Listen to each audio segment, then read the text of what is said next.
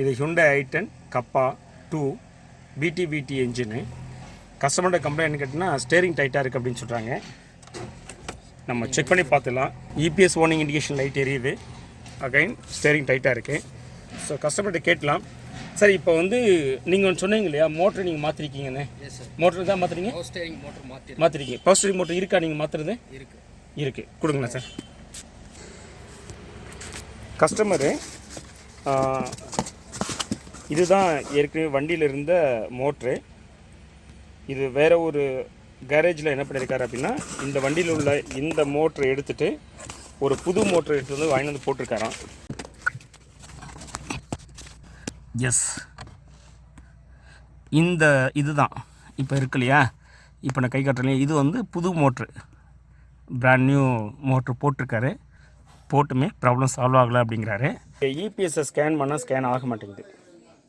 Hello viewers, நீங்கள் இது வரைக்கும் சென்னை கார்டெக் சப்ஸ்கிரைப் பண்ணாமல் இருந்தால் உடனே சப்ஸ்கிரைப் பண்ணிவிடுங்க. இப்படி சப்ஸ்கிரைப் பண்ணினா உங்களுக்கு சேனல் ப்ரொமோஷன் ஆஃபராக 50% வரைக்கும் டிஸ்கவுண்ட் தருவோம் கார் ஸ்கேனிங் போது. மேலும் சென்னை கார்டெக் சப்ஸ்கிரைபருக்கு நாங்கள் ஆன்லைன் சப்போர்ட்டும் தரோம். வாங்க வீடியோக்குள்ளே போகலாம். ஸ்கேன் ஆகலை சரிங்களா? ஒரு டைம் ஸ்கேன் ஆகுது, ஒரு சில டைம் ஸ்கேன் ஆகலை.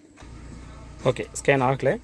ஸோ இப்போ நான் லைட்டாக நான் வந்து பார்த்தீங்கன்னா ஒரு ஃபோர்ஸ் கொடுக்குறேன். அதுக்கப்புறம் பாருங்கள், தடவை நான் ஆட பாருங்கள் ஸ்டேரிங்க சரிங்களா? ஸோ நான் ஆஃப் பண்ணிடுறேன்.